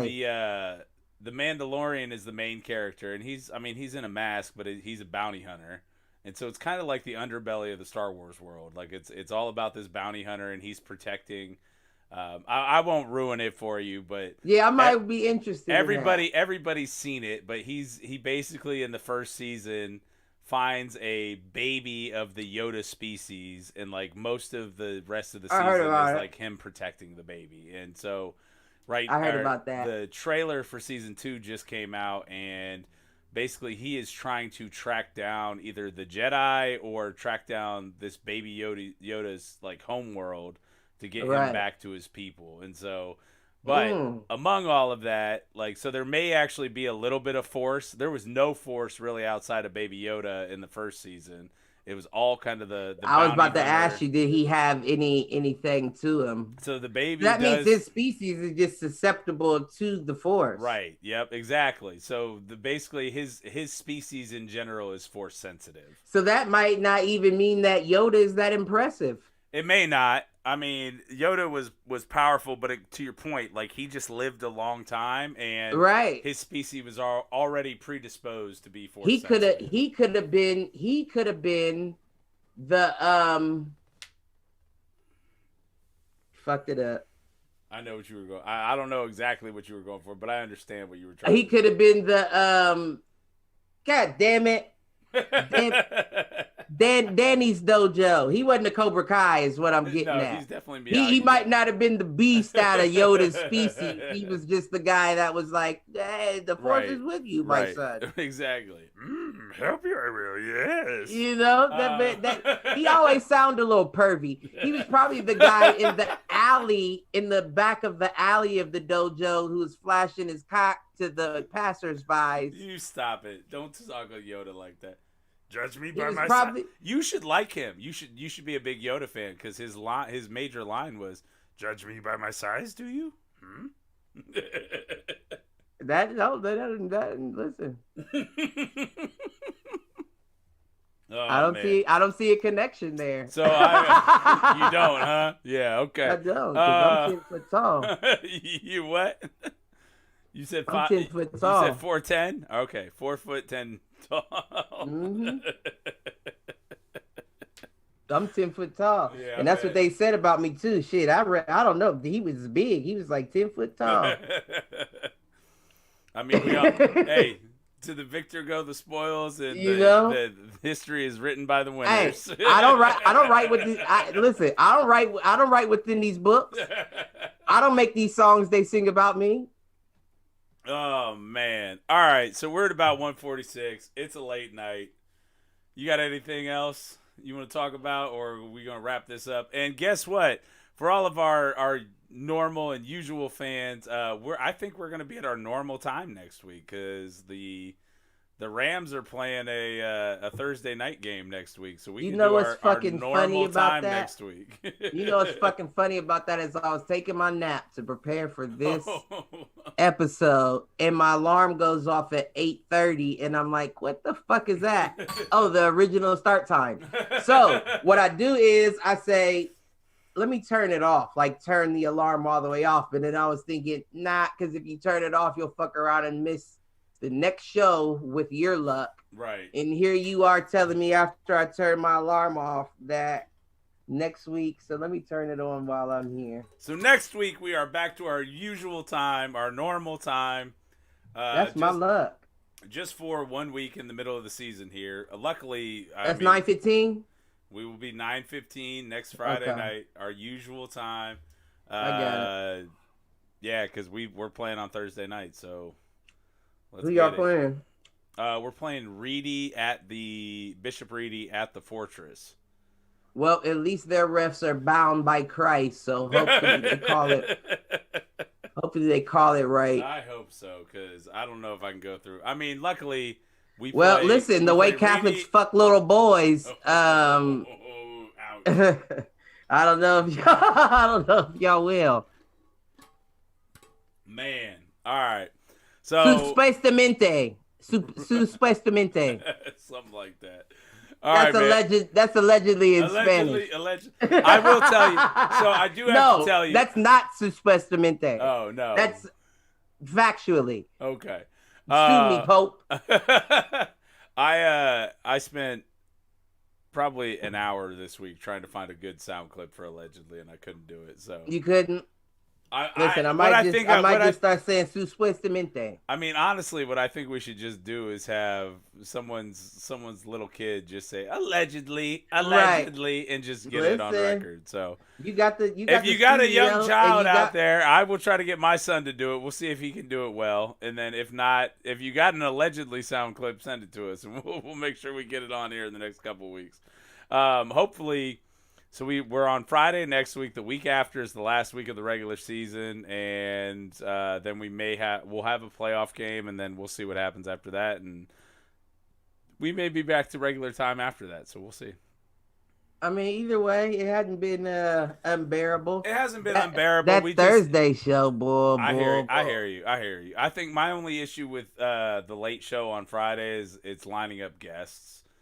And we've been fortunate. We've had whether it was C-Mac last week or Luke 2 weeks ago. Like, unfortunately, I couldn't get anybody. Well, all you really got to do is let me know for real, because since we're doing it remote, I can get guests. Well, then get a guest. Well, next week we're on our normal time, so let's make sure. Let's see if we can get a guest together for next week. Yeah, we'll figure out next week, and then if you want to get a guest for the following week, I'm gonna try to see if I can get. That's not an issue. Well, and honestly, like that last week of the regular football season, I'd love to have the coaches. I'd love to get a couple coaches on. Bro, when I tell you that my phone doesn't start ringing until after we usually get done with the podcast on the weekends.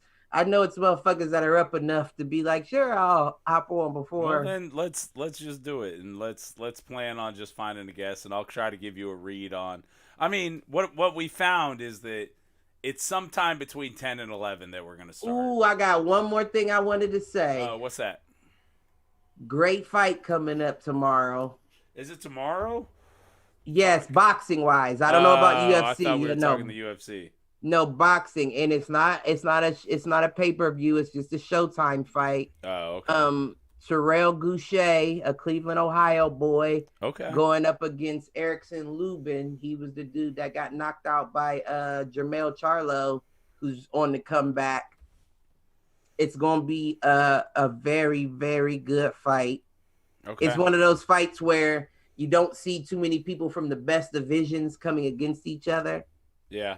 And these are two of the best fighters that don't have a belt coming to fight to see who's got the shot at the belt. This is going to be it's a personal vendetta. Now, for the people that are wanting to bet on this fight, I have not looked up the odds. Okay. If I'm giving my opinion, this is a 50-50 fight. So it can definitely go either way. Okay. But if I'm edging anybody out, and this is excluding my bias, I'm going with the Ohio boy. Okay. The only reason why I say that is because as far as records go, I feel like he has the tougher resume. Got it. And he's never been stopped. Gotcha. He's been beat. He's never been stopped. The Lubin dude got knocked out by the Charlo, which is the best person in that division, but you got knocked out in 45 seconds of the first round. Okay. So it's I feel like it's an ego thing where he's still trying to figure out if he has this, which is why I'm edging it to the Ohio boy. Okay. All right.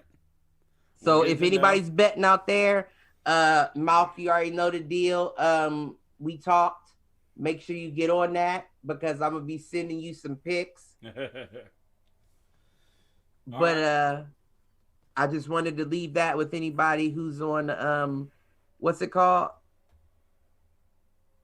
It called? The live chat? What are you talking about? No, that gambling shit. That people be on. I mean, damn, I need to remember because I need to bring back my 3 words I want to say. It's not FanDuel, is it? My bookie. My bookie, okay. My bookie. Obviously, DraftKings is big right now too, so I knew that wasn't what you were talking I didn't, but I don't know how. Well, I mean, I know that is a gambling site, but I never knew how that worked with boxing. Well, and that may just be because I have the draft stuck in my head. Yeah. I don't know. I don't know if they do boxing or not, but I know my bookie is sponsoring a lot of podcasts, so I'll say my bookie again. My bookie. Gotcha. All right, so I think we're gonna call it a night, though. All right, anything to take them out, Cliff? You already know the deal, y'all. I love you.